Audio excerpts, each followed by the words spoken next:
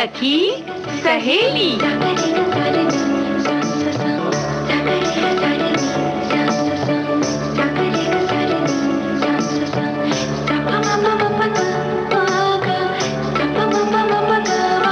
सखी सहेली।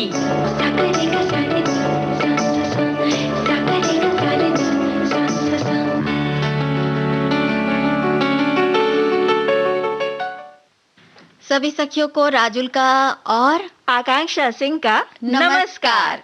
कैसी हो आकांक्षा? अरे राजुल जी, एकदम बढ़िया। अच्छा ये बताओ कि आज जो हम दोनों मिले हैं बहुत अरसे के बाद और सही। सखियों से तुम्हारी ये मुलाकात भी हो रही है, तो आज कुछ खास है क्या? आज सखियों के लिए और श्रोताओं के लिए बहुत कुछ खास है। थोड़ा सा बता देते हैं कि आज हम अपनी सखियों के लिए और श्रोताओं के लिए क्या-क्या लेकर आए हैं। आज हम कहीं घूमने चलेंगे। हाँ। बिल्कुल। तो बता दे कहाँ सुरक्षित चलेंगे? रहकर। हाँ, सुरक्षित रहकर घूमने चलेंगे मन की आंखों से, है ना? बिल्कुल। कहाँ चलेंगे बता दूं? बता ही दो, ताकि की उत्कंठा रहने दें। बता ही दो, अब तुमने कह ही दिया है तो बता ही देते हैं। तो आज हम घूमने चलेंगे अपनी सखियों और श्रोताओं के साथ दार्जिलिंग की वादियों में। वाह वाह वाह। और साथ ही साथ आज है 12 मई, दिन विशेष है। आज है अंतर्राष्ट्रीय परिचारिका दिवस यानी इंटरनेशनल नर्स डे। तो उसके बारे में भी हम अपनी सखियों से बात करेंगे और साथ ही आज जो सखी विशेष हैं हमारी, आज वो हैं गायिका विंध्यवासिनी देवी जी। बहुत ही खूबसूरत आवाज की मालकिन। तो आज इनके बारे में भी बात होगी और उसके अलावा जो होते हैं ना मनोबल का टॉनिक कहते हैं ना कि बहुत जरूरी होता है किसी भी चीज की सेहत को बढ़ाने के लिए, इंसान की सेहत को बढ़ाने के लिए, और हमारे मन की सेहत को, हमारे मनोबल की सेहत को बढ़ाने के लिए भी कौन कौन से टॉनिक हैं, इनके बारे में भी बात करेंगे। लेकिन सबसे पहले विश्व परिचारिका दिवस यानी इंटरनेशनल नर्स डे की शुभकामनाएं, और ये भी बता देते हैं सखियों को कि ये क्यों मनाया जाता है। ये दिन फ्लोरेंस नाइटिंगेल के जन्मदिन की वर्षगांठ के तौर पर मनाया जाता है। फ्लोरेंस नाइटिंगेल को दुनिया की पहली नर्स कहा जाता है और उन्होंने बहुत उससे तत्परता से, बहुत सेवा भाव से, हाँ, उन्होंने सैनिकों की जिंदगी बचाई थी युद्ध क्षेत्र में जाकर, और ये पहला मौका था जब महिलाओं को किसी मिलिट्री हॉस्पिटल में जाने का मौका मिला था और वहां पर जाकर उन्होंने बहुत अच्छा काम किया था। जी। और राजुल जी, मैंने जब इनके बारे में पढ़ा था तो उनमें उस लेख में ये खास तौर पे लिखा गया था कि ये सिर्फ दिन में ही नहीं, रात में भी मरीजों के पास जा जाकर उन्हें देखती थी कि कहीं उन्हें कोई किसी चीज की जरूरत तो नहीं है, कहीं उन्हें कोई तकलीफ तो नहीं है, और हाथ में एक लैंप लेकर मरीजों के बीच हमेशा घूमती रहती थी। तभी इन्हें लेडी विद द लैंप भी कहा जाता है। जी। तो वैसे देखा जाए तो मरीजों की जिंदगी जो है वो बचाने में जितना योगदान डॉक्टर का होता है ना राजुल जी, उतना ही योगदान नर्सेस का भी होता है। और आज के इस दौर में तो खास तौर से बहुत ज्यादा ये जो हमारे स्वास्थ्य के रक्षक बन के ये नर्सेज हैं, डॉक्टर्स हैं, ये सभी आए हैं। तो दूसरों के जीवन को बचाने वाली ये जो भावना होती है वो सच में एक ऐसी खुशबू है जो हर तरफ फैलती रहती है। मधुबन खुशबू देता है, सागर सावन देता है, जीना उसका जीना है जो को जीवन देता है। मधुबन खुशबू देता है।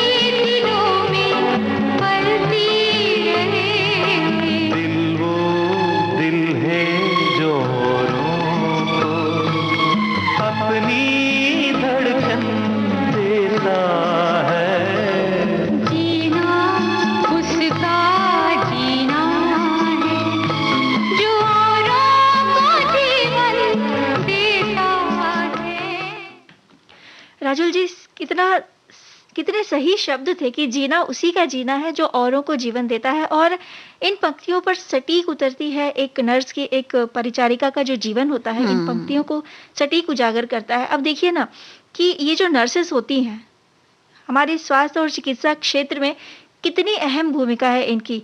जब एक मरीज अस्पताल में रहता है, वहाँ उसके घर वाले तो नहीं रह सकते उसके साथ, तो ये जो नर्सेस रहती हैं, एक तरह से वही उनका परिवार, मतलब वही तो ध्यान रखती है ना वो उन ध्यान मरीजों पूरे का। समय रखती है, बिल्कुल बिल्कुल। दिन रात एक करके उनका ध्यान रखना, तन मन से मरीजों की सेवा करना, उनकी जान बचाना, ये कोई छोटा काम नहीं है। और अपने घर परिवार से वो खुद भी तो दूर रहती हैं, दिन रात मरीजों की सेवा करती हैं। तो नर्सों के इसी साहस और सराहनीय कार्य को देखते हुए ये जो दिवस है, विश्व परिचारिका दिवस, इंटरनेशनल नर्स डे, ये मनाया जाता है। और सन 1965 में इसे मनाने की शुरुआत हुई थी। नर्सिंग की संस्थापिका, यानी जिनकी हम बात कर रहे थे, जो पहली नर्स थी, फ्लोरेंस नाइटिंगेल, इनके वर्षगांठ को, मतलब इनको याद करते हुए भी इस दिन को मनाया जाता है। इनका जन्म हुआ था वैसे 12 मई 1820 को, और इस दिन उनको याद किया जाता है। जैसा कि मैंने बताया कि सबसे पहले इस दिवस को मनाने की शुरुआत हुई थी सन 1965 में, और तब से लेकर आज तक यह दिवस इंटरनेशनल काउंसिल ऑफ नर्सेज द्वारा अंतर्राष्ट्रीय नर्स दिवस के रूप में मनाया जाता है। और भारत में इसकी शुरुआत सन 1973 में परिवार एवं कल्याण विभाग ने की थी, और पुरस्कार से नर्सों की सराहनीय सेवा को मान्यता प्रदान की जाती है। पुरस्कार हर साल देश के राष्ट्रपति द्वारा दिया जाता है, और फ्लोरेंस नाइटिंगेल पुरस्कार में 50,000 रुपए नकद, साथ ही साथ एक प्रशस्ति पत्र और साथ में एक मेडल भी दिया जाता है। और अंतर्राष्ट्रीय नर्स दिवस की हर साल एक अलग थीम भी होती है। जैसे ये जो समय है, बहुत कठिन समय है, पूरा विश्व एक महामारी से जूझ रहा है, तो इस बार अंतर्राष्ट्रीय नर्स दिवस की जो थीम है वो है nurse a voice to lead a vision for future health care. ताकि इस थीम के जरिए ये अ वॉइस टू लीड, सच में वो लोगों का नेतृत्व ही कर रही हैं, स्वास्थ्य सेहत की दुनिया में लोगों को आगे लेकर जा रही हैं नर्सें। तो नर्सों का सम्मान बढ़ाने के लिए ही इस थीम को रखा गया है। और ये भी इसका मतलब एक तरह से कहा जा सकता है कि जो भविष्य है उसको संवारने में भी नर्सों का बहुत बड़ा योगदान है, उनकी स्वास्थ्य सेवाओं का बहुत बड़ा योगदान है। तो कैसे इस तरह से नर्स जो है हमारे यहाँ की, वो किस तरह से इस मुश्किल दौर में भी आगे बढ़कर काम कर रही हैं, वो वाकई काबिले तारीफ है। बिल्कुल, अगर अभी का जो माहौल चल रहा है इस दौरान अगर देखें तो हमारा जो चिकित्सीय स्टाफ है, जो फ्रंट लाइनर्स हैं, उन्होंने अपना सब कुछ झोंका हुआ है, और इसमें जो नर्सेस हैं वो बेहद अहम भूमिका निभाती हैं। आप सोचिए कि जो नर्स है वो खुद एक महिला है, किसी न किसी रूप में वो एक माँ है, बहन है, पत्नी है, बेटी है ना। एक नर्स होने के अलावा पारिवारिक जिम्मेदारी भी है उन पे, बहुत सारी। जी, इन सब के बावजूद वो पूरे तन और मन से अपना, मतलब कहते हैं ना, अपना सर्वस्व देकर सामने जो मरीज है उसकी सेवा कर रही हैं। और सिर्फ दवाई देना समय समय पर और उन मरीजों का रिकॉर्ड रखना, इन सब के अलावा एक बेहद महत्वपूर्ण भूमिका उनकी ये है, जो मरीज है उसको मानसिक संबल देना। बिल्कुल। उसको ये एहसास दिलाना कि हाँ, तुम अकेले नहीं हो और ठीक हो जाओगे, घबराने की कोई जरूरत नहीं, हम हैं यहाँ आपका ध्यान रखने के लिए। तो थोड़ा मनोबल बनाए रखिए, ये समय गुजर जाएगा, लेकिन जितनी ताकत हम लगा रहे हैं उतनी आप भी लगाइए ताकि आप जल्दी ठीक हो जाएं। बिल्कुल। ये जो एक भावनात्मक कहते हैं ना, संबल है, हाँ, ये बराबर देती जा रही हैं नर्सेस। और इसी के चलते जो है कई बार एकदम निराशा के गर्त में डूबे हुए मरीज भी जो हैं वो वापस लौटते हैं, और वापस लौटकर वो उनका बहुत उपकार मानते हैं। तो अगर देखा जाए तो एक तरह से नर्सिंग का जो ये काम है, ये बहुत ही ज्यादा, जैसे जिसे कहते हैं, बहुत नोबल काम है, बहुत ज्यादा पवित्र काम है। और इस काम के साथ बहुत सारी सेवा भावना, बहुत सारा त्याग, बहुत सारा समर्पण जुड़ा हुआ है। बिल्कुल। और ये जो काम है, इससे जितनी खुशियां जुड़ी हैं, कई सारी चुनौतियों का सामना भी उन्हें करना पड़ता है। बिल्कुल। तो ये है अपना कि घर संभाल हाँ, रही हैं और फिर ज़्यादा देर तक अस्पताल में रुकना, मरीज़ों के साथ रुकना और उनको भी उतना ही समय देना।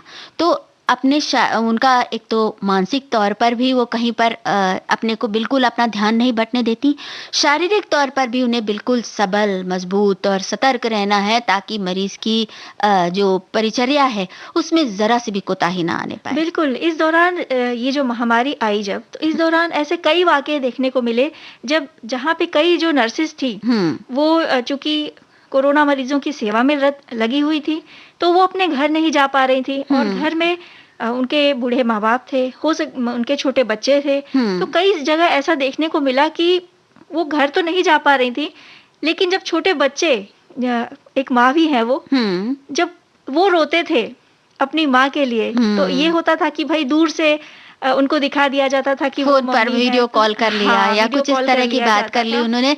वहीं पर एक कुछ ये भी देखने को मिला कि बहुत से लोगों ने जब ऐसा कोई ऐसा है परिवार में जो नर्सिंग से जुड़ा हुआ है और वही अकेला है और घर में कोई उसके ऊपर डिपेंड है जी, पूरी तरह से आश्रित या है। बच्चे हैं या बुजुर्ग हैं, तो उनकी देखभाल पड़ोसियों ने की और उनको समय-समय पर जो भी देना था, जैसे राशन है या भोजन ही बनाकर देना है या उनका हाल-चाल पूछ लेना, ये भी एक बहुत बड़ी बात होती बिल्कुल, है। बहुत बड़ी बात तो होती है। ये भी लोगों ने किया। जी, और एक तरह से ये अगर नर्सेज़ पूरी तत्परता से अपना काम कर रही हैं, सेवा भाव से अपना काम कर रही हैं, तो कहीं न कहीं हमारी यानी परिवार की और समाज की और उनके आस-पड़ोसी हैं, उनकी एक तरह से ज़िम्मेदारी बनती है हुँ, कि उन्हें मानसिक रूप से कहते हैं ना एक मानसिक चिंता से मुक्त करें बिल्कुल। कि वो उन्हें ये ना सोचना पड़े कि घर में क्या हो रहा होगा, हाँ। पता नहीं खाना बना होगा कि और नहीं ये बना होगा। कृतज्ञता भी हो सकती है ना हाँ, हमारी कि हम कृतज्ञ हैं, वास्तव में हम कृतज्ञ हैं बिल्कुल। कि जो सब कुछ भूलकर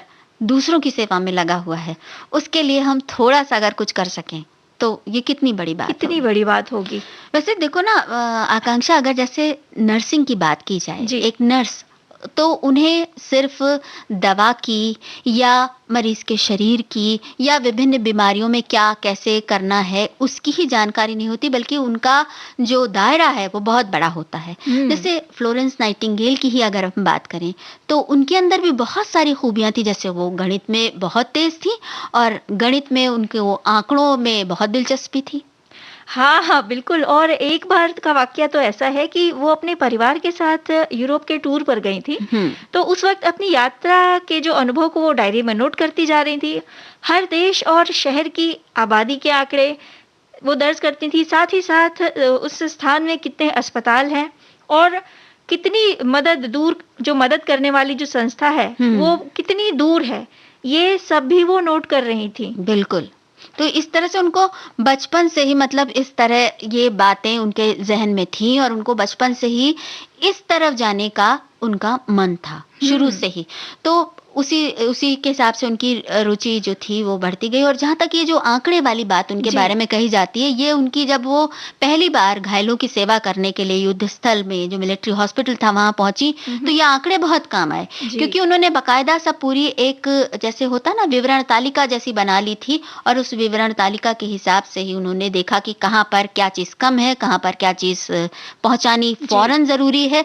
और इस तरह से जो एक व्यवस्थित ढंग से काम करने की जो आदत होती है, उससे घायलों को बहुत मदद मिली और जो बीमार थे, उनको जल्दी ठीक होने में भी सहायता मिली। तो बिल्कुल उन्होंने अपनी क्षमताओं को पहचाना था राजू जी। हुँ, तो वो जो था, वो जो उन्होंने सब नोट किया था, जो सूची बनाई थी, वो आगे चलकर उनको काम आया। काम आया, तो कहीं न कहीं वो अपनी क्षमताओं को जानती थी जानती कि थी। किस स्थिति में वो किस तरह से उसका सामना कर सकती बिल्कुल। है। और ऐसे हम भी अपनी क्षमताओं को, अपनी जो खूबियाँ हैं या हमारे आस-पास जो हमारे जी, छोटे हैं, उनकी खूबियाँ हैं, उनकी जो क्षमताएँ हैं, वो देखें, उन्हें जाँचें और उन्हें परखें और उन्हें इस तरफ बढ़ने के लिए अगर प्रेरित करें, तो फिर जो एक हौसला होता है, एक हिम्मत होती है, एक हुँ, जोश होता है, या आप किसी चीज़ को करने के लिए पूरी तरह से एकाग्र हो जाते जी, हैं, जी। आपको सिर्फ़ अपना लक्ष्य दिखता है, वो वाली बात उत्पन्न होती है। और वो बात ऐसे ही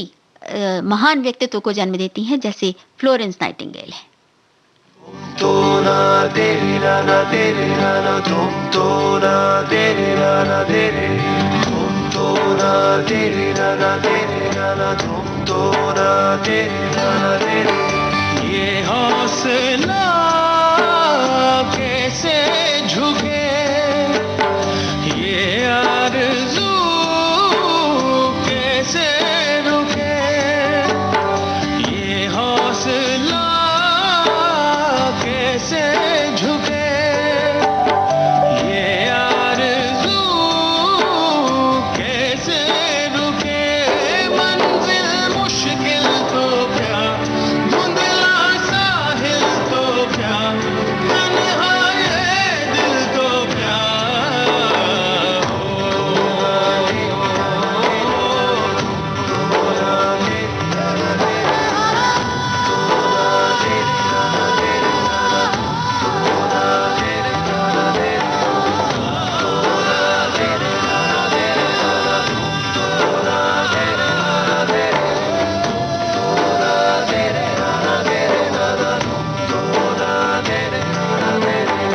राह पे कांटे बिखरे अगर, उस पे तो फिर भी चलना ही है। शाम छुपा ले सूरज मगर, रात को एक दिन ढलना ही है। रुत ये ढल जाएगी, हिम्मत रंग लाएगी, सुबह फिर आएगी।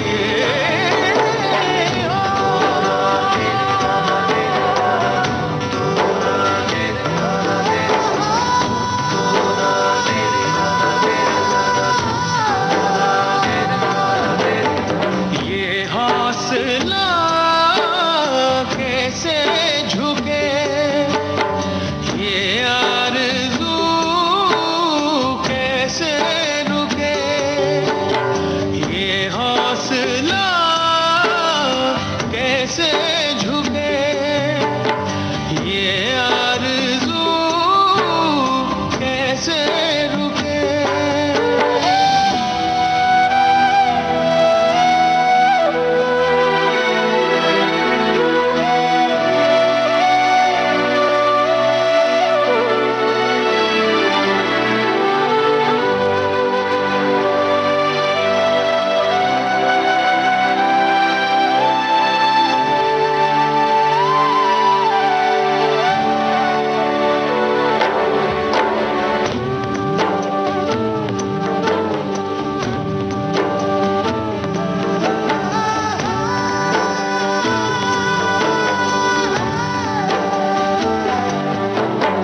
होगी हमें जो रहमत अता, धूप कटेगी साए तले, अपनी खुदा से है ये दुआ, मंजिल लगा ले हमको गले। जुर्रत सौ बार रहे, ऊंचा इकरार रहे, जिंदा हर प्यार रहे।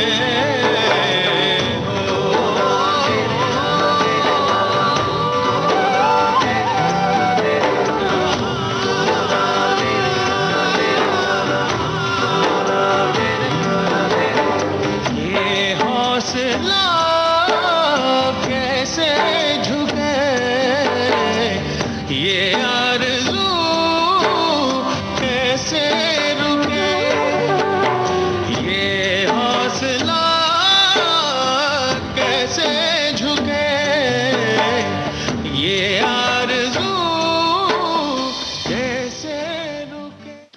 हौसलों के ना रुकने और आरजुओं के ना झुकने की यही जो जिजीविषा है, ये जिंदगी को कितना आगे लेके जा सकती है, इसके बारे में हम सोच भी नहीं सकते। कई बार हमारी कल्पनाओं से परे आगे हम किसी को जाते हुए देखते हैं, बढ़ते हुए देखते हैं, और इसकी जो बुनियाद होती है वो बड़ी छोटे से पल से शुरू होती है, कई बार बचपन से शुरू हो जाती है। बिल्कुल। और कई बार तो ऐसा भी होता है राजुल जी कि जब तक परेशानियों का हम सामना नहीं करते, तब तक ऐसा लगता है कि मतलब हम सोचते रहते हैं कि अगर ऐसा हुआ तो हम कैसे निकलेंगे, कैसे निकलेंगे? लेकिन जब परेशानी सच में आ जाती है, हुँ। तब ये जो हौसला रहता है ना, ये पता नहीं कहाँ से आ जाता है हुँ। और वो जो परेशानी रहती है सामने, उसे पार करने में यही हमारी मदद करता है।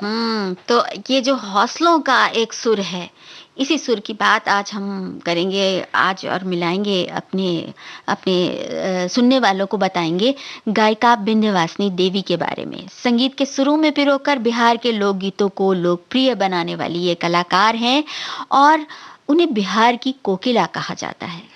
उनका जन्म 5 मार्च सन 1920 को मुज़फ्फरपुर में हुआ था। उनका बचपन बीता था नाना-नानी के पास। हुँ। नाना भजन गाते थे जिसका प्रभाव उनके नन्हे मन पर भी पड़ा। वो भी नाना के साथ बैठकर भजन गाने लगी और सिर्फ 7 वर्ष की आयु में उनका जो गला था, हुँ। उसमें सुर बसने लगे वाह, और तभी संगीत की विधिवत शिक्षा उन्होंने आरंभ की। 11 वर्ष के उस समय जल्दी विवाह हो जाता था, तो उसी के हिसाब से 11 वर्ष की आयु में उनका विवाह हो गया। अब उनका विवाह जहाँ हुआ, वहाँ पर भी कला की पूजा होती थी। उनके पति सहदेश्वर चंद्र वर्मा पारसी थिएटर में संगीत निर्देशक थे और इस तरह विवाह के बाद भी उन्हें संगीतमय वातावरण मिला। तो 1945 में उन्होंने पहली बार सार्वजनिक कार्यक्रम में गाया। जैसे-जैसे समय बीतता गया, विंध्यवासिनी देवी ने विशारद और फिर साहित्य भूषण की उपाधि प्राप्त की और बाद में पटना के एक विद्यालय में उन्होंने संगीत सिखाना शुरू किया। 1949 की बात है, उन्होंने अपनी खुद की संगीत शिक्षण संस्था की नींव डाली और ये उनकी कल्पना थी, उनकी हमेशा से उनकी ये साध थी कि वो ऐसी कोई शिक्षण संस्था बनाए। इसलिए वो उस संस्था को बहुत प्यार से, बड़े जतन से आगे बढ़ाने के और उसको संवारने के प्रयत्न करती रहती थी और कोई भी पूछता था तो उससे कहती थी ये मेरी मानस पुत्री है। उनके द्वारा निर्मित संगीत रूपक मानव को इतना पसंद किया गया कि उसे अनेक बार मंचित किया गया। उन्हें आकाशवाणी में लोकगीत संयोजिका के पद पर नियुक्त किया गया था। मगही, मैथिली और भोजपुरी संगीत में उनके योगदान को देखते हुए उन्हें पद्मश्री से सम्मानित किया गया। उनकी कला सेवाओं और उपलब्धियों के कारण उन्हें दिल्ली संगीत नाटक अकादमी का सदस्य बनाया गया। गणतंत्र दिवस के अवसर पर उन्होंने बहुत बार, ऐसा कई बार हुआ कि सांस्कृतिक दल जो झांकियां हम देखते हैं ना, उसमें ऐसे ही एक झांकी का उन्होंने प्रतिनिधित्व किया। और अगर फिल्म जगत की बात करें तो मगही फिल्म भैया में उनके लिखे 2 गीत भी शामिल हुए। इस फिल्म के संगीत निर्देशक थे चित्रगुप्त और इसके अलावा मैथिली फिल्म कन्यादान के लिए उन्होंने गीत लिखे और संगीत निर्देशन भी किया। फणीश्वर नाथ रेणु के उपन्यास मैला आंचल पर एक फिल्म बनी थी, डाकदर बाबू, जिसके लिए आर.डी. बर्मन ने संगीत निर्देशन दिया था और उन्होंने 2 गीत लिखे थे। भूपेन हजारिका ने भी फिल्म में उनके लिखे गीत गाए हैं। तो इस तरह से उन्होंने कई बड़ी-बड़ी हस्तियों को ने उनके लिखे हुए गीत गाए हैं या उन्हें संगीतबद्ध किया है। 18 अप्रैल सन 2006 को 86 वर्ष की आयु में बिहार की कोकिला सदा के लिए शांत हो गई। लेकिन वो जो आवाज़ है, उसकी खुशबू है, जो उनकी जो सिखाने की परंपरा है या उनके जो गीत हैं, वो आज भी हमारे हृदय में सुरक्षित है, हमारी यादों में सुरक्षित है। ऐसा ही होता है, लोक अंचल से कहीं से एक खुशबू सी निकलती है, एक सुर फूटता है और वो सुर हमारे मन मस्तिष्क पर कैसे छाता जाता है कि हम आसपास का सब कुछ भूल जाते हैं। बिल्कुल, तो ऐसा ही कुछ सुना दिया जाए। हाँ।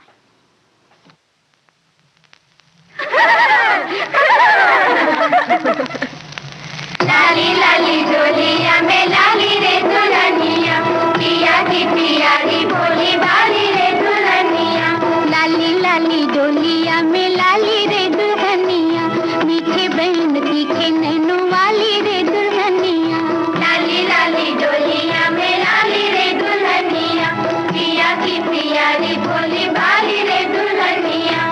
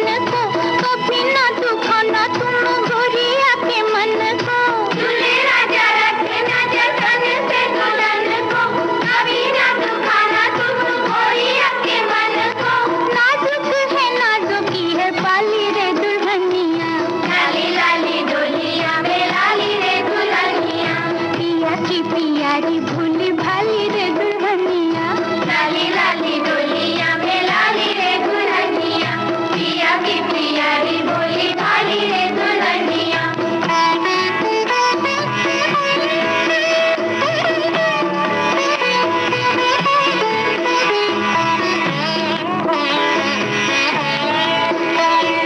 मन मुस्काए दोनों मुखड़ा छुपाए, भेद ना खोले ना तो बोले बतियाए। मन मुस्काए दोनों मुखड़ा छुपाए, भेद ना खोले ना तो बोले बतियाए। जुग जे जोड़ी मत वाली रे दुल्हनिया, लाली लाली डोलिया में लाली रे दुल्हनिया, पिया की पियारी भोली वाली रे दुल्हनिया, लाली लाली डोलिया में लाली रे दुल्हनिया, पिया की पियारी भोली वाली रे दुल्हनिया, लाली लाली डोलिया में लाली रे दुल्हनिया, पिया की। ये जो आंचलिक भाषाएं होती हैं या जो आंचलिक संगीत होता है, वो कैसे मन को बिल्कुल लुभा लेता है और अपने बस में कर लेता है। बिल्कुल। और जब इस तरह के लोकगीत, खासकर आंचलिक गीत जब हम सुनते हैं राजुल जी, तो ऐसा सुनते-सुनते महसूस तो ज़रूर होता है कि हाँ, हम भी उस क्षेत्र में पहुँच गए हैं। अब ज़रा सोचिए कि कोई पहाड़ी धुन बज रही है, तो आपको लगेगा कि अगर आँख बंद करके पूरी तरह उसमें डूबी हुई हाँ हैं, हाँ, बिल्कुल लग रहा है चारों तरफ पहाड़ हैं, खूब अच्छा सा वातावरण है, शांत शांत और शीतल हवा बह रही और है। आकाश की तरफ देखिए, एकदम स्वच्छ निरभ्र आकाश है, नीला नीला आकाश। एकदम नीला। तो बस कुछ ऐसी ही जगह हम चलें आज, और जो जिसे कहा जाता है क्वीन ऑफ हिल्स यानी पर्वतों की रानी, दार्जिलिंग, वहां ले चलते हैं। भाई दार्जिलिंग जो है वो एक ऐसा पर्यटन स्थल है, जो एक ऐसा हिल स्टेशन है जिसके बारे में आप सोचिए कि आपके दिमाग में बहुत सारी चीजें एकदम से आती हैं। सबसे बड़ी बात तो ये कि आपके दिमाग में आती है टॉय ट्रेन आती है जो चलती है और उस पे बैठने का मजा ही कुछ और है। फिर आपके दिमाग में आते हैं चाय के बागान आते हैं, फिर आपके दिमाग में आती हैं हिमालयन जो पर्वत श्रृंखलाएं हैं वो आती हैं, और उनको देख मतलब वो उनको दूर से देखने का, या कई बार ऐसा भी होता है कि लगता है बिल्कुल जैसे पास आ रहे हैं पहाड़, ऐसा भी अनुभव होता है। हाँ बिल्कुल। और आप जब ये सब कह रही हैं तो मुझे याद आ रहा है, जब दार्जिलिंग का नाम आता है ना, तो सबसे पहले जो मेरे जहन में आता है वो आता है जब हमने स्कूल में पढ़ा था वो लेख, ठेले पर हिमालय। हाँ, धर्मवीर भारती जी का लिखा हुआ था, और उसमें उन्होंने जो वर्णन किया था, जब सूर्य की किरणें जब कंचनजंगा की चोटी पर पड़ती हैं और उसके बाद वो जब कहते हैं ना एक सोना सा सुनहरी फूटता है, आभा, हाँ। लगता है जैसे सोने की वो जो किरणें हैं वो उससे जो बर्फ है वो कैसे मतलब चमकने लगती है, हाँ। और उस चमक को महसूस ही किया जा सकता है, उसे शब्दों में बयान करना तो मुश्किल है। तो ये अनुभव अगर आपको लेना है तो आपको दार्जिलिंग जाना पड़ेगा। बिल्कुल। और यहाँ पर अगर आप आए हैं तो फिर आपको टाइगर हिल जाना पड़ेगा। बिल्कुल। टाइगर हिल एक खास जगह है जहाँ पर सुबह उगते हुए सूरज को देखने का अनुभव, जैसा कि अभी हमने कहा, बिल्कुल निराला ही है। और टाइगर हिल इस नज़ारे को जब आप देखते हैं तो अपनी यादों में भी कैद कर लेते हैं बहुत से लोग, और वीडियो भी बना लेते हैं, बहुत सुरक्षित कर लेते हैं, क्योंकि वो अपने आप में बिल्कुल कभी ना भूलने वाला अनुभव है जी। और हालांकि बहुत सुबह उठना पड़ता है, लेकिन जो इतनी खूबसूरत जगह है या इतने खूबसूरत दृश्य हैं उनको देखने के लिए भाई नींद का तो आपको, मैं वही कहने जा रही थी क्या कि करना होगा। अगर कुछ अच्छा देखना है तो नींद को तो छोड़ना जरूरी है। बिल्कुल, कुछ पाने के लिए कुछ खोना पड़ता है। अब आगे आप चलेंगे तो यहाँ पे देखने लायक है बतासिया लूप। ये रेलवे ट्रैक में एक बड़ी लूप है जिसमें एक रनिंग टॉय ट्रेन 360 डिग्री पर घूमती है। वाह। और ये शहर के बीच में से होते हुए ऊपर एक पॉइंट है, वहां से फिर वापस आती है। तो दार्जिलिंग की खूबसूरती को देखने का इससे बेहतर तरीका नहीं हो सकता। बीच में युद्ध स्मारक भी है जो अलग अलग युद्धों में शहीद हुए गोरखा सैनिकों को याद करते हुए उनकी याद में बनाया गया था। और यहाँ पे आपको एक बाजार भी मिलेगा।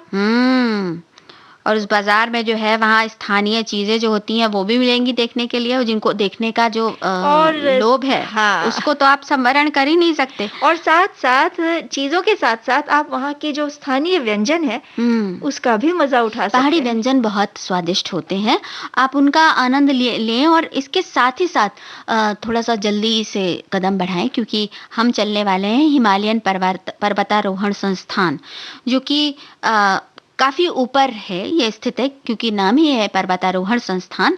तो 1953 में इसकी स्थापना की गई थी, और यहाँ पर आपको पर्वतारोहण के उपकरण मिलेंगे। इसके अलावा आपको जो शेरपा तेंजिंग हैं उनके बारे में जानने को मिलेगा, आप उनके बारे में तमाम तरह की जानकारी हासिल कर सकते हैं। और इसके साथ ही साथ जब आप इसी परिसर से आप अपने चारों तरफ नजर घुमाएंगे तो बहुत खूबसूरत नज़ारे आपको देखने को मिलेंगे। और साथ ही साथ ये बता दें यहाँ पे कि ये जो हिमालयन पर्वतारोहण संस्थान है, यहाँ पे जो प्रशिक्षु होते हैं, जो कहते हैं ना, जो प्रशिक्षण ग्रहण करना चाहते हैं, जो पर्वतारोहण करना चाहते हैं, उनको भी यहाँ पे ट्रेनिंग दी जाती है। हाँ बिल्कुल, उनको सिखाया जाता है। और जो शेरपा होते हैं वो साथ चलते हैं, जो पर्वतारोहण करने वाली कई बार जो टोलियां जाती हैं तो रास्ता बताने के लिए या उनको कुछ मदद करने के लिए वो साथ रहते हैं। हाँ, और आगे चले। हाँ बिल्कुल बिल्कुल, आगे हम चले तो फिर दार्जिलिंग के जापानीज पीस पगोड़ा में जा सकते हैं, और बौद्ध मठ है यहाँ पर। ये अलग तरह की शांति यहाँ पर आकर मिलती है। ये पीस शिवालय सभी मतलब यहाँ पर कोई भी आ सकता है, यहाँ पर जाति धर्म का कोई रोक टोक नहीं है, कोई भी यहाँ पर आ सकता है, और उन सभी के लिए यहाँ पर स्थान है। यहाँ पर ये बनाया ही इस उद्देश्य से गया है कि समाज में शांति और एकता स्थापित हो, इस भावना से इसकी स्थापना की गई है। अब पेड़ों के बीच से जाता है इसका रास्ता, जो चारों तरफ वो पेड़ों की छांव के बीच से गुजर के, और इतनी शांत जगह पर जाना तो एक जैसे आत्मा के अंदर शांति उतरती हुई अनुभव होती है। बिल्कुल, आप बोल रही हैं और मैं महसूस कर रही हूँ। और इसके अलावा जो दार्जिलिंग का मुख्य आकर्षण है वो है दार्जिलिंग जू, यानी दार्जिलिंग चिड़ियाघर। यहाँ पे अलग अलग वनस्पतियों और जीवों की कई किस्में हैं। अब अगर हम वनस्पतियों की बात करें तो पहाड़ों में वनस्पतियों का अथाह भंडार है, और खासतौर से ये जो आयुर्वेद की जो जड़ी बूटियां हैं या इस तरह की जो ऐसे औषधीय पेड़ पौधे हैं, ये पहाड़ों में बहुतायत से मिलते हैं। तो इस तरह के बहुत तरह के पेड़ आपको आसपास देखने को मिलेंगे। और यहाँ पे रेड पांडा और स्नो तेंदुआ जो हैं वो विशेष आकर्षण है। और इस प्राणी उद्यान का नाम पश्चिम बंगाल के राज्यपाल पद्मजा नायडू और भारत कोकिला सरोजनी नायडू के नाम पर रखा गया है। तो ये जो हमने बताई जो जगह है, ये कुछ मुख्य जो खास आकर्षण है दार्जिलिंग के, उनके बारे में हमने इसके अलावा आप चाय के बागान देखिए, यहाँ पर चाय के बागानों में तो घूमने का अलग ही अनुभव है। दूर दूर से लोग आते हैं यहाँ पर घूमने के लिए, और चाय के बागानों में फोटो खिंचवाते हैं, और अलग ही तरह की खूबसूरती होती है यहाँ पर। और इसके साथ ही साथ यहाँ पर कई ऐसी मोनेस्ट्रीज भी आपको देखने को मिल सकती हैं जहाँ पर बहुत दुर्लभ ग्रंथ हैं जी, तो उनको भी देखने का एक अलग तरह का अनुभव है। अच्छा, यहाँ पर अगर आप आए हैं तो जो कुछ खास तरह की गतिविधियां हैं उनका जरूर आनंद लीजिए, जैसे कि रिवर राफ्टिंग है, उसका जरूर अनुभव लीजिए, और इस तरह के कई तरह के वाटर एडवेंचर हैं जिनका आप अनुभव ले सकते हैं। और टॉय ट्रेन की तो बात हमने की ही थी। हाँ, मैं कहने जा रही थी कि अगर बहुत ज्यादा एडवेंचरस आप नहीं है या बहुत ज्यादा घूमना पसंद नहीं करते, तो एक काम तो कर ही सकते हैं, टॉय ट्रेन में बैठिए और एक सिरे से दूसरे सिरे तक बस आराम से घूमते रहिए। बिल्कुल। अब ये बता दें कि दार्जिलिंग पहुंचने के लिए क्या किया जाए। सबसे जरूरी तो वहां पहुंचने के लिए जो सबसे पास में दार्जिलिंग के हवाई अड्डा है उसका नाम है बागडोगरा। वो दार्जिलिंग से लगभग 67 किलोमीटर दूर है, और वहाँ से आप ये बागडोगरा से के लिए आप फ्लाइट ले सकते हैं प्रमुख हवाई अड्डों से, और 2.5 घंटे में पहुंचा जा सकता है वहाँ पर। और इसके अलावा जो जलपाईगुड़ी है, न्यू जलपाईगुड़ी, ये रेलवे स्टेशन है जहाँ पर देश के विभिन्न शहरों से गाड़ियाँ आती हैं, हाँ, रेलगाड़ियाँ चलती हैं। रेल मार्ग द्वारा यहाँ पहुँचा जा सकता है, जो दार्जिलिंग से लगभग 70 किलोमीटर की दूरी पर स्थित है। और इसके अलावा आप चाहे तो गैंगटोक, कलिंपोंग और सिलीगुड़ी जैसे शहरों से सड़क मार्ग के माध्यम से भी दार्जिलिंग जा सकते हैं। और यहाँ जाने का जो सबसे सही समय है, वो क्या है? अप्रैल से जून, यानी जब गर्मियाँ बिल्कुल चरम पर हों तो आप जाइए और जाकर आनंद उठाइए। दार्जिलिंग में गर्मी ज़्यादा नहीं होती, मौसम सुहावना रहता है और अच्छी हवा चलती रहती है, तो आप उसका आनंद ले सकते हैं। और कभी-कभी ऐसा होता है कि जब आप साल के जो आखिरी महीने होते हैं, उनमें भी जाने का अलग ही आनंद है वहाँ पर। लेकिन जब ऐसे में जाएँ तो अपने साथ गर्म कपड़े लेकर ज़रूर जाएँ। बिल्कुल, पूरी तैयारी के साथ जाएँ। और ये जो पहाड़ है ना राजुल जी, मैं अपनी बात करूँगी कि ये पहाड़ ना मुझे हमेशा स्तब्ध करते हैं। सोचिए ना, कैसे खड़े रहते हैं और पहाड़ों में जब सूर्य अस्त होता है, तो उस समय का नज़ारा बहुत ही अलग होता है। सूर्यास्त और सूर्योदय दोनों ही ऐसे अद्भुत दृश्य उत्पन्न करते हैं कि देखते ही बनता है। अच्छा आकांक्षा, अब तुम प्लीज जरा सा घूम तो लो थोड़ा सा। हाँ, हम घूमने भी चलेंगे, लेकिन अभी तो बता दें कि अभी नहीं जाना है घूमने। अभी तो हमें अपने घरों में ही रहना है। जब हमें कहते हैं ना मौका मिलेगा, जब इस कोरोना से थोड़ा सा हम थोड़ा सा बाहर निकलेंगे, तब हम जरूर जाएंगे। हाँ, बिल्कुल।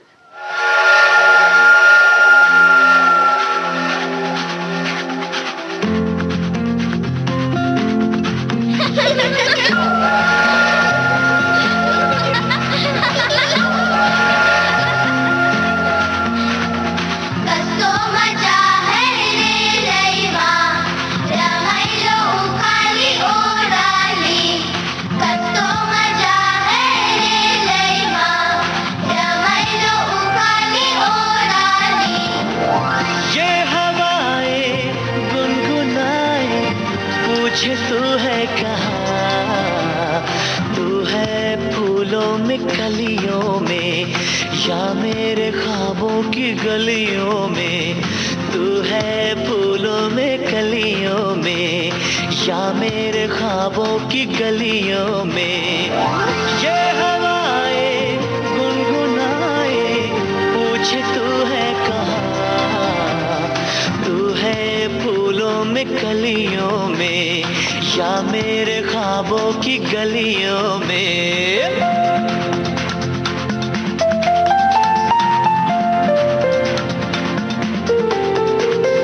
धरती सजी अंबर सजा जैसे कोई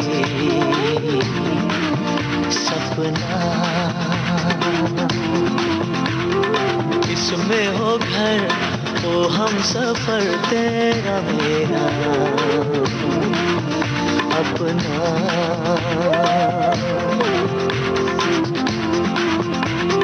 धरती सजी अंबर सजा जैसे कोई सपना, इसमें हो घर तो हम सफर तेरा मेरा अपना। सुना तेरे बिना ख्वाबों का ये मकान, आ भी जाओ आओ ना।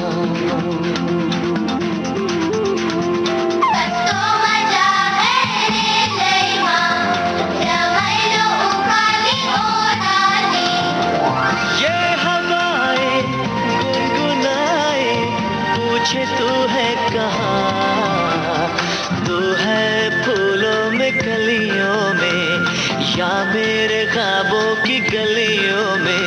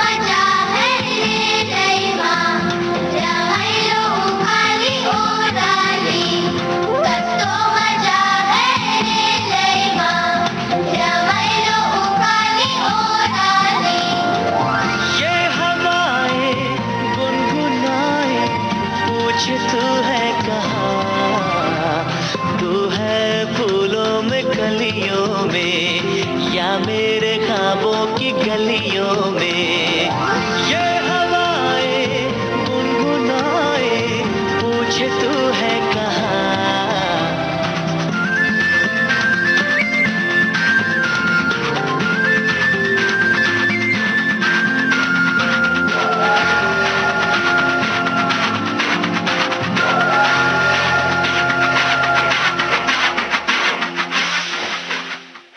फूलों में, कलियों में और जो आसपास के वातावरण में एक हल्की हल्की सी खुशबू आती है, अपने मन को उड़ने के लिए पूरी तरह से तैयार करने वाली खुशबू, उसका आमंत्रण देती हुई खुशबू, उसका क्या कहना?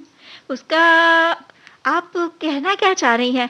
मतलब मैं सोच रही हूँ कि आप अभी तक दार्जिलिंग में ही हैं कि वापस आ गई हैं? भाई दार्जिलिंग से तो हम वापस आ गए हैं और अब हम बात कर रहे हैं मनोबल की। हाँ, क्योंकि हमारे जो एक श्रोता हैं वो लिखते हैं कि मजबूत मनोबल किसी भी कार्य की सफलता का अहम हिस्सा है और मनोबल बढ़ाने के लिए सकारात्मक सोच बनाए रखें, अपनी क्षमताओं को पहचानें और उसे पूरी तरह प्रयोग में लाने की कोशिश करें।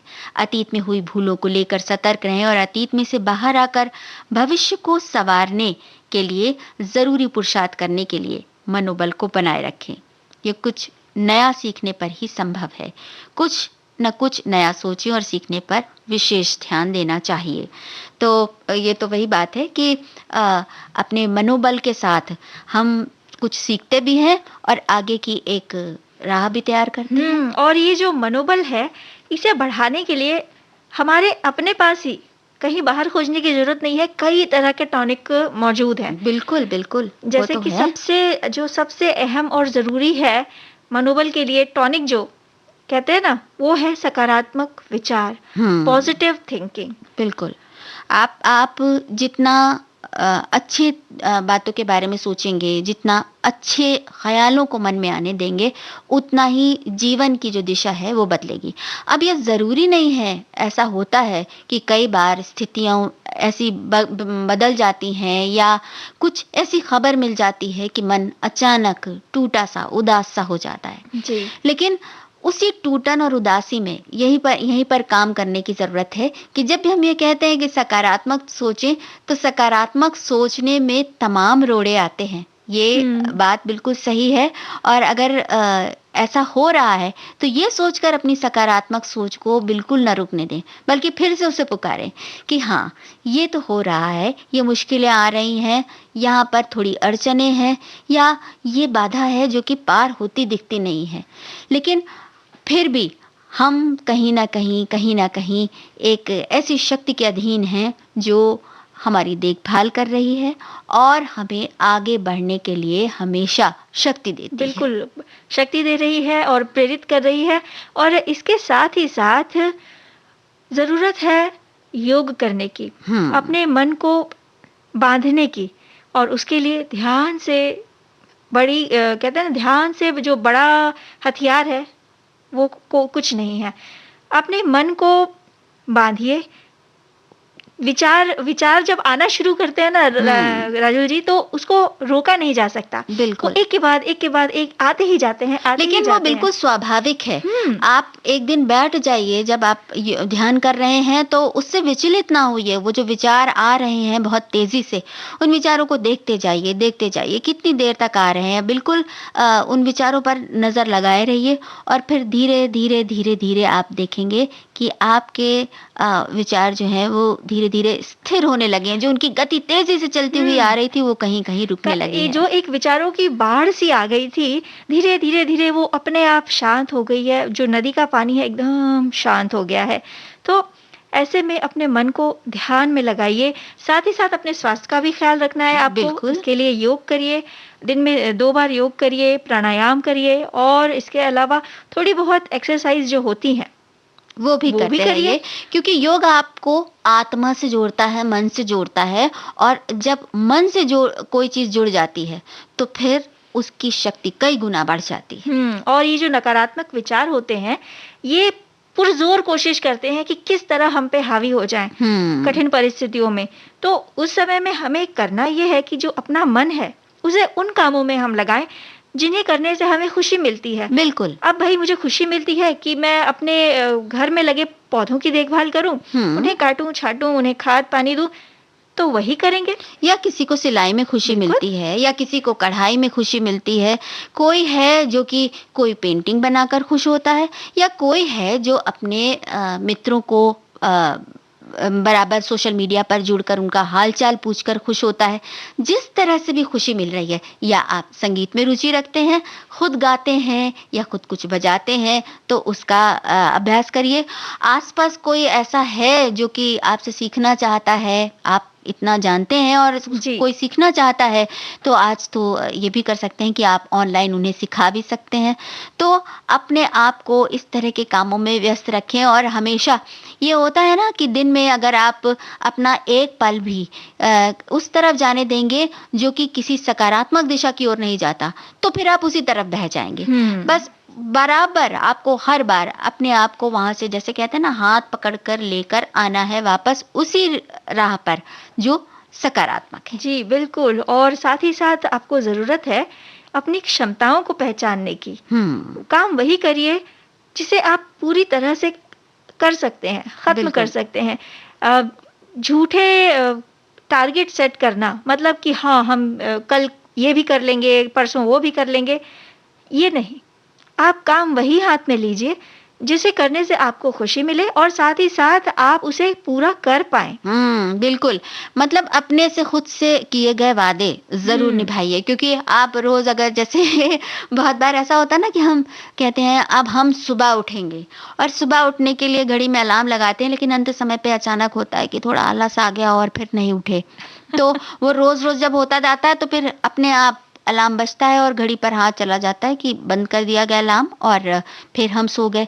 तो अगर एक दिन ये सोच लिया जाता है कि नहीं अब हम उठ जाएँगे, या अगर आप एक दिन ये सोच लें कि आज हम सुबह के इतनी देर तक कोई भी बुरी खबर आएगी तो भी हम उस पर उदास नहीं होंगे, बल्कि हिम्मत बाँधकर आगे बढ़ेंगे। तो वो जो इंटरवल है, वो जो अवधि है, जो ड्यूरेशन है, वो धीरे-धीरे कम कम होने हो लगता जाता है। है। ये जो समय है माना कि बहुत कठिन समय है। हुँ। इस समय में अपने मन को सँभालना, अपने आप को हिम्मत देते रहना बेहद ज़रूरी है, और ऐसे समय में ही आपके घर परिवार के सदस्य बहुत अहम भूमिका निभाते हैं। बिल्कुल। और कोशिश करें कि उनके साथ ज़्यादा से ज़्यादा वक़्त आपका बीते। वो वक़्त बीते तो इस तरह का बीते कि कभी कोई पुरानी अच्छी-सी याद कर ली, कुछ नहीं तो फ़ोटो एल्बम के पन्ने ही पलट लिए और पुरानी यादों को दोहरा लिया गया, या कि फिर कुछ पुराने ट्रंक्स हैं जिनमें आपने कुछ अपनी यादें जमा करके रखी हैं। जैसे अक्सर बच्चे जो बड़े हो गए हैं, वो देखते हैं कि अरे ये मैं इतने साल का था तब का ये स्वेटर है, या इतने साल की थी तब का ये खिलौना है, तो ये देख के उनको बड़ी खुशी होती है। तो कुछ ऐसे छोटे-मोटे पल भी हम जुटा सकते हैं बातचीत करने के साथ-साथ, और अपने परिवार के साथ, अपनों के साथ, दोस्तों के साथ, या जो बहुत हमारे करीबी है। हाँ, जुड़े हुए हैं हमसे, उनके साथ हम वक़्त गुज़ार सकते हैं। अच्छा आकांक्षा, हमारी एक श्रोता ने बड़ा अच्छी बात कही है, और उन्होंने बड़ी अच्छी भुक्तभोगी एक अपना अनुभव भी बताया है, हमसे साझा किया है। उन्होंने कहा है कि मनोबल टॉनिक है। किसी भी नकारात्मक स्थितियों में सामने वाले का हमेशा हौसला अफ़ज़ाई करते रहना। जो पिछले 4 वर्षों का अनुभव बताता है, हमने एक-एक कर अपने घर के 4 सम्मानीय सदस्यों को खो दिया। हम सभी परिवार के सदस्य एक-दूसरे का सहारा बने। आज भी हमारे एक रिश्तेदार कई दिनों से अस्पताल में हैं, उनके परिवार के दूसरे सदस्य कहीं और रह रहे हैं, वो आइसोलेशन में हैं, जी। और हम सभी संदेशों द्वारा एक-दूसरे का मनोबल बढ़ाते रहते हैं। उनको बताते हैं कि इससे भी खराब स्थिति से लोग बाहर निकल कर आते हैं। अच्छी सकारात्मक ऊर्जा देने का पूरा प्रयास कर रहे हैं ताकि अन्य सदस्य मानसिक तौर पर ठीक रहें। मेरे विचार से परिवार समाज के सदस्यों के सहयोग से ही मनोबल बढ़ता है। बहुत अच्छी बात कही है इन्होंने।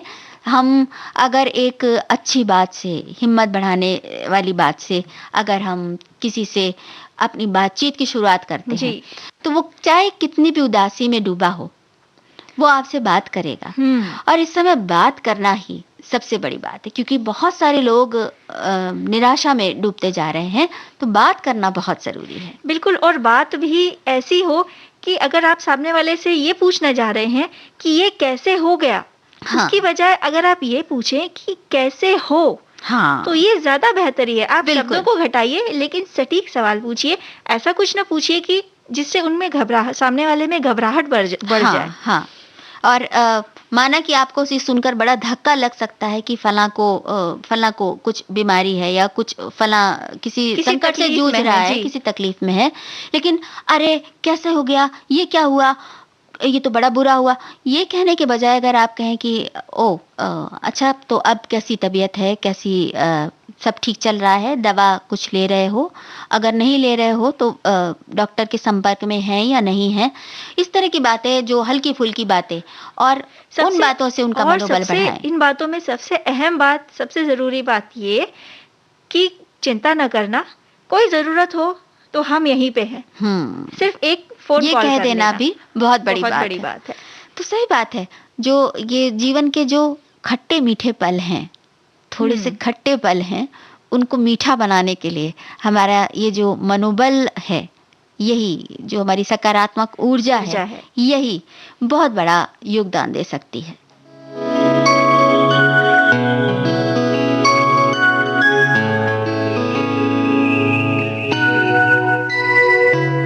खट्टी मीठी स्ट्रॉबेरी सी मौसमों में फील है। चाह तूने मुस्कुरा के दी जरा सी ढील है।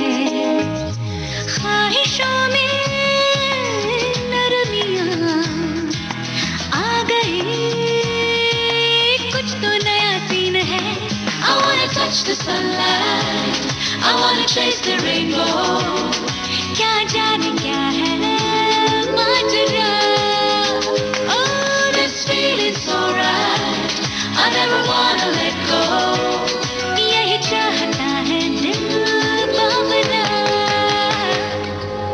खट्टी मीठी स्ट्रॉबेरी सी मौसमों में फील है।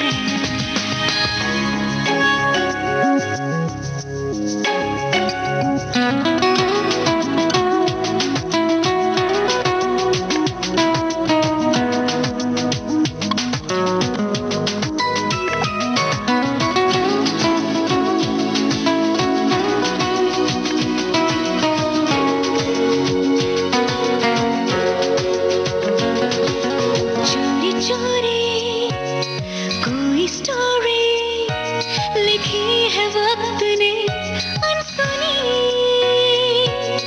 जिसमें थोड़ी बारिशें हैं, धूप थोड़ी गुनगुनी। जिंदगी की बालकनी में कदम रखे जहाँ शाम ने, जिसको ढूंढा था सवेरे, मिल गया वो सामने। धड़कनों में गर्मियाँ आ गई, ये सच है या ड्रीम है। I wanna touch the sunlight, I wanna chase the rainbow. क्या जाने क्या है माजरा। Oh, this feeling's so right, I never wanna let go. यही चाहता है दिल बावरा। खट्टी मीठी स्ट्रॉबेरी सी मौसमों में फील है।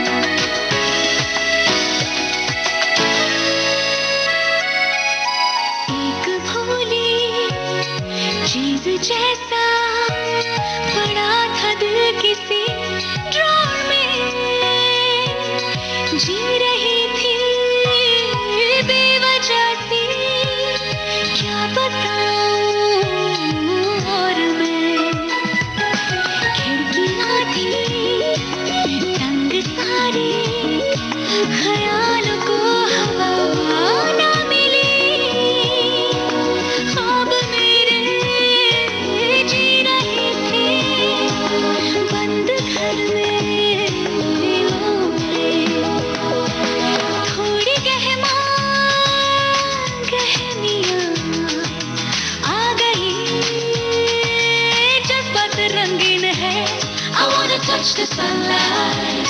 I wanna chase the rainbow. क्या जाने क्या है माजरा.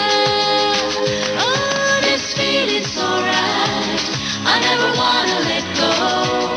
यही चाहता है दिल बावरा. खट्टी मीठी सी ये जो ज़िंदगी है, इस ज़िंदगी में अपने मनोबल के साथ हम बहुत आगे बढ़ सकते हैं और देखो घड़ी भी बहुत तेज़ी से आगे बढ़ रही है आकांक्षा। तो समय है विदा लेने का सखियों से। सभी सखियों को राजुल और आकांक्षा सिंह का नमस्कार।